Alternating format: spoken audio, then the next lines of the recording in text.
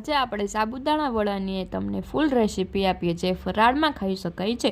તો સૌથી પહેલાં આપણે 4-5 કલાક માટે સાબુદાણાને એકદમ સરસ એવા ધોઈ અને પછી પલાળી દેવાના છે। અને એમાં આપણે મીઠું, લીંબુ, આદુ મરચાંની પેસ્ટ, બાફેલા બટેટા, કોથમીર એકદમ લીલી મસ્ત લઈ લેવાની છે। જો બહુ બધી લેવાની છે। અને મરીનો પાવડર લઈ લેશું અને આપણે જે સોલ્ટેડ પીનટ્સ આવે ને એ લઈ લેવાનું છે। તો સામગ્રીમાં આપણે આટલી વસ્તુ જોશે। અને જો આપણા સાબુદાણા પણ એકદમ મસ્ત એવા સ્પોન્જી થઈ ગયા છે, ટ્રાન્સપરન્ટ ટાઈપ થઈ ગયેલા છે। તો આપણે આ ટાઈપના સાબુદાણા લઈ લેવાના છે જેમાં જો કાંઈ પાણી ના રહે ને એ રીતનું આપણે લઈ લેવાનું। તો આપણે સૌથી પહેલાં સાબુદાણામાં આવી રીતે બટેટા મેશ કરીને એડ કરી દેવાના છે। જો બધા બટેટાને આપણે આવી રીતે મેશ કરી દેવાના છે। જો આપણે આટલી ક્વોન્ટિટીમાં 250 જેટલા આપણે સાબુદાણા લીધેલા છે અને 3 નંગ બટેટા બાફેલા છે। તો આટલી ક્વોન્ટિટી મેં 2 જણા માટે બનાવેલો હતો। આપણે આરામથી 2 થી 3 જણા માટે આપણે બનાવી શકીએ છીએ। જો તો આપણે એકદમ મેશ કરી લીધા છે બટેટાને। હવે આપણે એમાં બધા મસાલા એડ કરી દઈશું।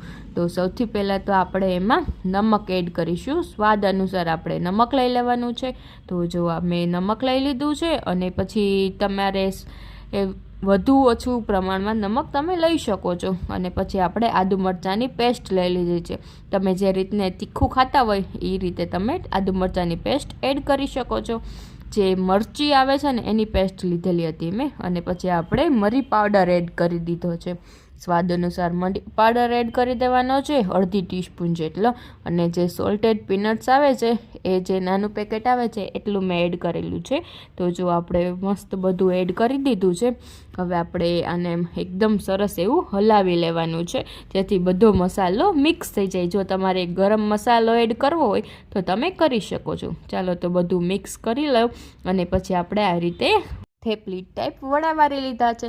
તો જો બીજો પણ હજુ મસાલો પડ્યો છે અને આપણે એની સ્પેશિયલ એની ચટણી બનાવેલી છે જેમાં ગોરું, આદુ મરચાંની પેસ્ટ, નમક અને ખાંડ એડ કરેલી છે।